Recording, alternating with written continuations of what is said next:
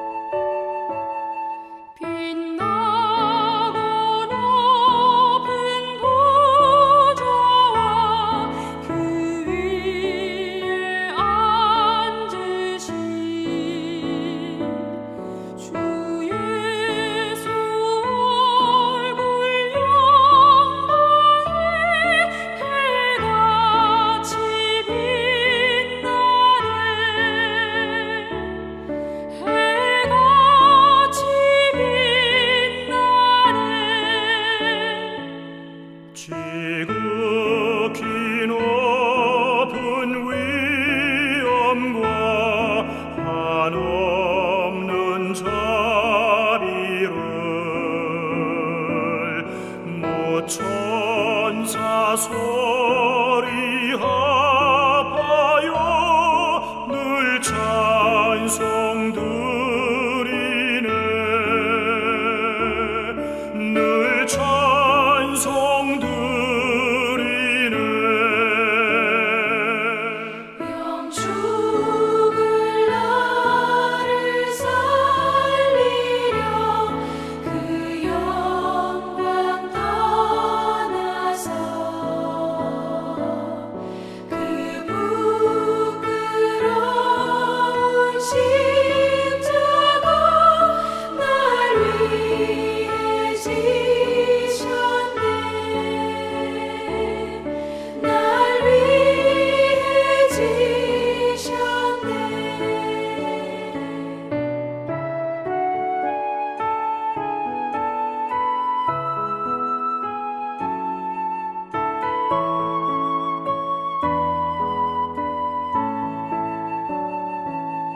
나 이제 생명이 있음은 주님의 은혜요.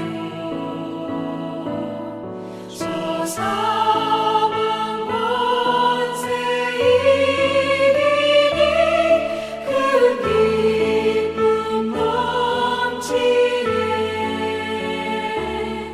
큰 기쁨 넘치네. 주님의 보좌 있는데 전한 몸이라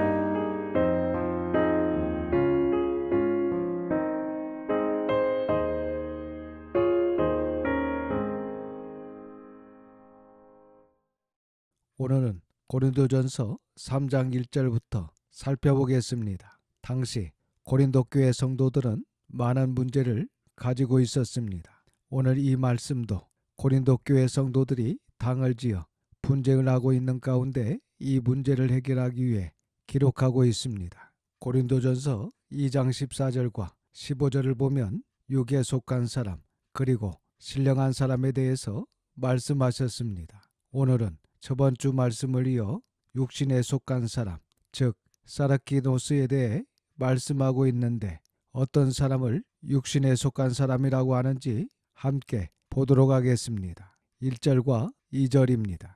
형제들아, 내가 신령한 자들을 대함과 같이 너희에게 말할 수 없어서 육신에 속한 자, 곧 그리스도 안에서 어린아이들을 대함과 같이 하노라.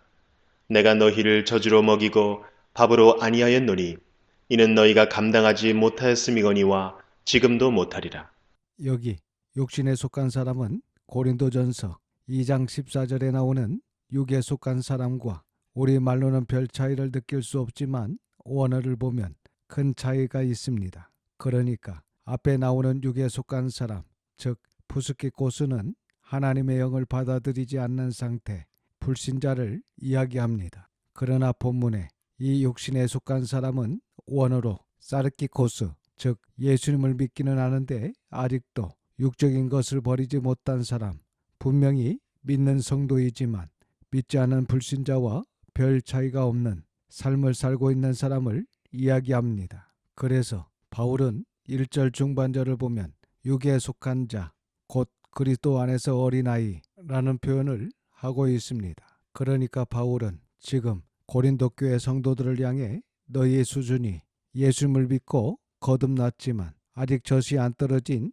어린아이 수준이라는 것입니다. 그래서 2절에 보시면 내가 너희를 젖으로 먹이고 밥으로 아니하였노니 이는 너희가 감당하지 못하였음이거니와 지금도 못하리라 라고 이야기합니다. 당시 고린도 교회 성도들의 수준이 예전에 바울이 제2차 전도 여행을 통해 1년 6개월 정도 있으면서 가르칠 그때나 지금 바울이 제3차 전도 여행을 통해 예배소에서 이 편지를 쓰고 있는 이때나 아직도 여전히 영적으로 성장하지 못한 어린아이 수준이라는 것입니다. 3절과 4절의 말씀은 고린도 교회 성도들이 왜 영적으로 어린아이인가를 말씀하고 있습니다. 3절과 4절입니다. 너희는 아직도 육신에 속한 자로다. 너희 가운데 시기와 분쟁이 있으니 어찌 육신에 속하여 사람을 따라 행함이 아니리요. 어떤 이는 말하되 나는 바울에게라 하고 다른 이는 나는 아볼로에게라 하니 너희가 육의 사람이 아니리요.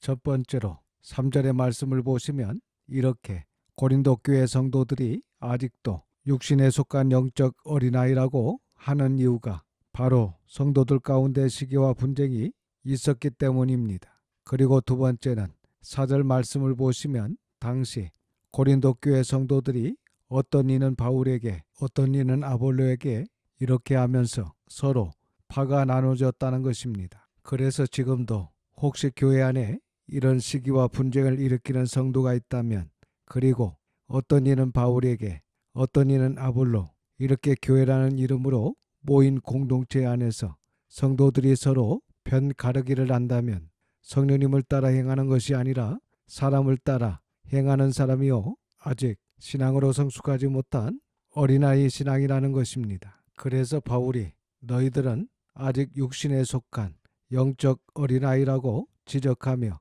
그들을 책망하고 있는 것입니다. 우리는 이런 어린아이 신앙에 머물러 있으면 안 됩니다. 성경은 분명히 우리의 신앙이 자라나야 한다고 말씀하고 있습니다. 베드로후서 3장 18절 말씀을 보면 오직 우리 주 곧 구주 예수 그리스도의 은혜와 그를 아는 지식에서 자라가라 라고 말씀하고 있습니다. 아기가 어린이가 되고 청소년이 되고 장년이 되어 어른이 되는 것처럼 우리의 신앙도 자라나야 합니다. 그래서 우리 성도들은 늘 우리의 믿음과 신앙과 인격이 성장하고 성화하고 성숙할 수 있도록 말씀에 순종하며 하나님을 사랑하고 이웃을 사랑할 수 있기를 바랍니다. 5절에서 9절 말씀은 분파로 인하여 서로 나누어져 분쟁하면 안 되는지를 말씀하고 있습니다. 5절에서 9절입니다. 그런즉 아볼로는 무엇이며 바울은 무엇이냐? 그들은 주께서 각각 주신 대로 너희로 하여금 믿게 한 사역자들이니라. 나는 심었고 아볼로는 물을 주었으되 오직 하나님께서 자라나게 하셨나니 그런즉 심는 이나 물 주는 이는 아무것도 아니로되 오직 자라게 하시는 이는 하나님 뿐이니라. 심는 이와 물 주는 이는 한 가지이나 각각 자기가 일한 대로 자기의 상을 받으리라. 우리는 하나님의 동역자들이요 너희는 하나님의 밭이요 하나님의 집이니라.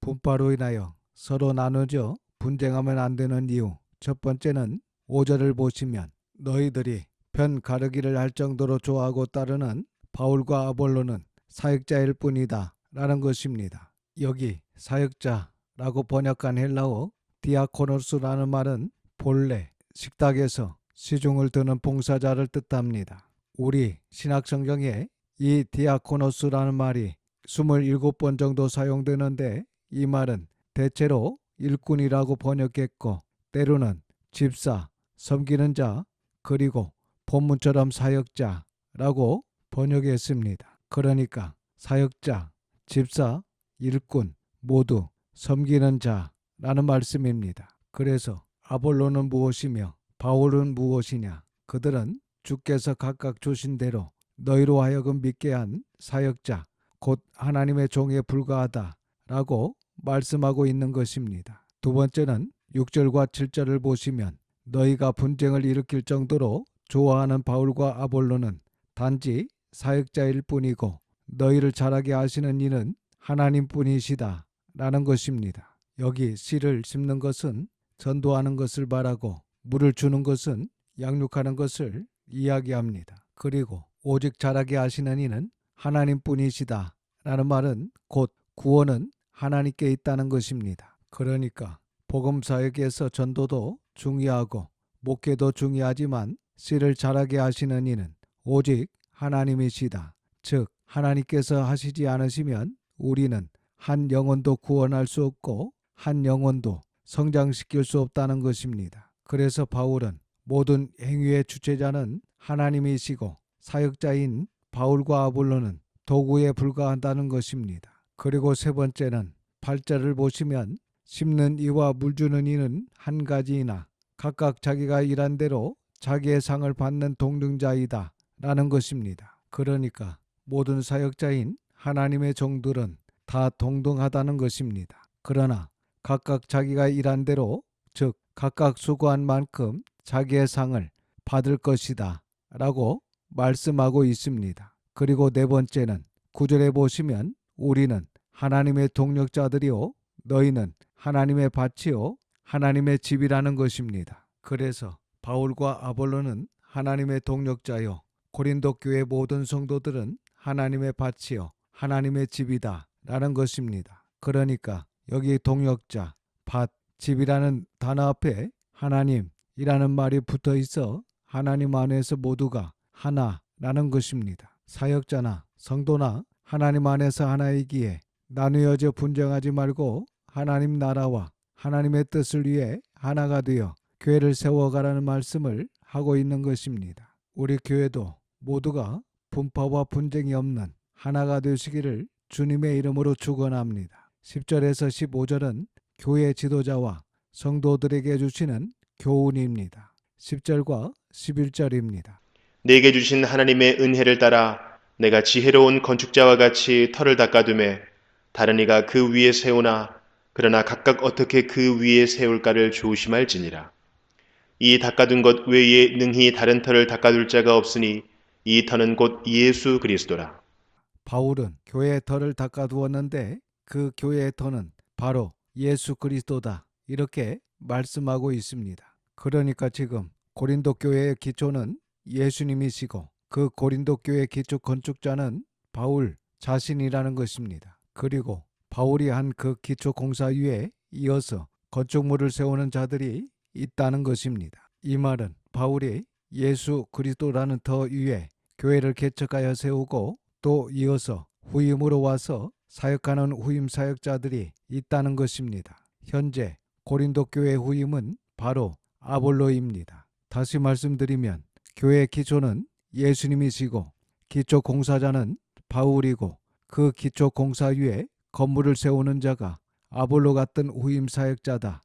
이런 이야기를 하고 있는 것입니다. 여기서 정말 중요한 말씀은 11절에 교회의 유일한 기초는 예수 그리스도라는 것입니다. 그래서 예수 그리스도를 인정하지 않는 신앙 공동체는 교회가 아닙니다. 뉘에지 사상의 교회라든지 예수님을 인정하지 않고 예수님의 성육신과 예수님의 십자가에서 죽으심과 부활 그리고 재림 등 성경에 기록된 모든 말씀을 인정하지 않는 곳은 교회가 아닙니다. 이렇게 바울은 지혜로운 건축자가 되어서 가는 곳곳마다 교회의 기초를 잘 놓았습니다. 그리고 그 이후에 이 고린도 교회와 같이 후임 사역자들이 각각의 교회를 이어서 세워나가게 됩니다. 그런데 이 후임 사역자들이 교회를 세워나갈 때 가장 유념해야 할 것이 있다는 것입니다. 그것은 바로 건축할 때 가장 중요한 것이 무엇입니까? 건축 자재입니다. 그러니까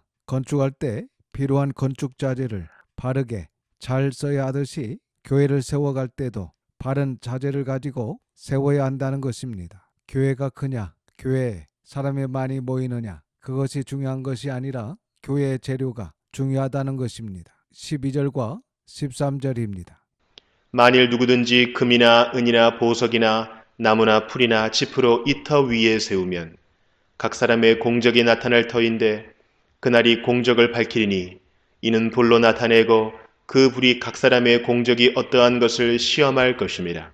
이렇게 두 가지 교회 건축 재료가 있는데 그것은 바로 금이나 은, 보석 같은 것이 사용되고 그리고 두 번째는 나무나 풀, 짚이 교회 건축 재료로 사용된다는 것입니다. 여기서 금이나 은, 보석 같은 것은 순수하며 변치 않은 영원한 것, 즉 바른 교훈, 바른 하나님의 말씀, 진리입니다. 그리고 나무나 풀, 짚은 천한 초동학문, 철학 등 세상의 지혜와 세상의 교훈, 이러한 것을 이야기합니다. 그런데 어떠한 재료를 사용하여 건축하느냐에 따라 그 건물의 결과는 완전히 다릅니다. 그러니까 그 교회 사역자, 곧 목사가 무엇으로 그 교회를 세워나갔는지에 따라 마지막 불심판 앞에 가면 각자의 신앙이 어떠한지 명확하게 드러나게 된다는 것입니다. 14절과 15절입니다. 만일 누구든지 그 위에 세운 공적이 그대로 있으면 상을 받고 누구든지 그 공적이 불타면 해를 받으리니 그러나 자신은 구원을 받되 불 가운데서 받은 것 같으리라.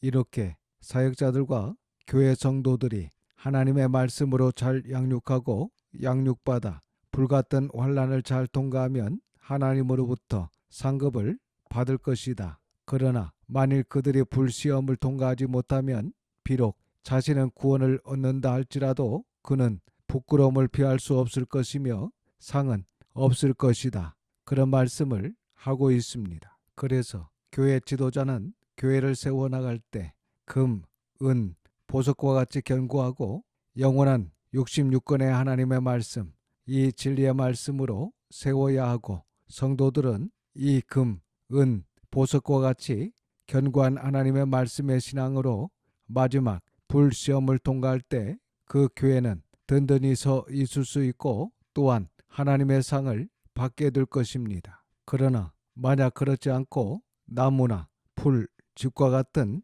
세상의 것들의 얄팍한 지혜로 가르치며 교회를 세워가고 성령님을 따르지 않고 육신적인 성도처럼 세상을 버리지 못하고 신앙생활한다면 이러한 불시험을 통과하지 못하게 될 것입니다. 이 시간 예수 그리스도 위에 세워진 우리 교회는 영원히 변치 않는 하나님의 말씀, 성경 66권 이 진리의 말씀만을 가르치고 배워서 온전히 삶을 실천함으로 그리고 육신에 속한 자가 아니라 신령한 자로 하나님의 충만한 자로 마지막 불시험을 거뜬히 통과하여 하나님의 상급을 받기를 주님의 이름으로 축원합니다. 기도하겠습니다. 아버지 하나님, 하나님의 거룩하신 이름을 찬양합니다. 오늘도 귀한 말씀을 듣게 하시고 깨닫는 마음을 주셔서 감사드립니다.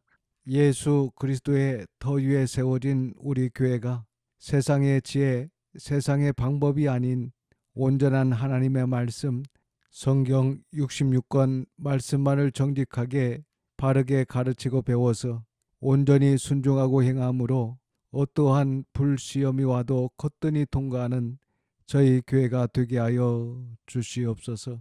또한 우리의 신앙이 어린 아이에 머물러 있지 아니하고 믿음과 신앙과 인격이 성장하고 성화하고 성숙할 수 있도록 성령님의 충만함을 더하여 주시옵소서. 이번 한 주간도 하나님의 선한 손에 도우심을 믿고 감사드리며 우리 구주 예수님의 이름으로 기도드립니다. 아멘. 지금은 우리 구주 예수 그리스도의 은혜와 아버지 하나님의 그 크신 사랑하심과 성령님의 감화감동 역사 충만 교통하심이 모든 성도와 자녀와 가정 위에 함께 있을지어다. 아멘.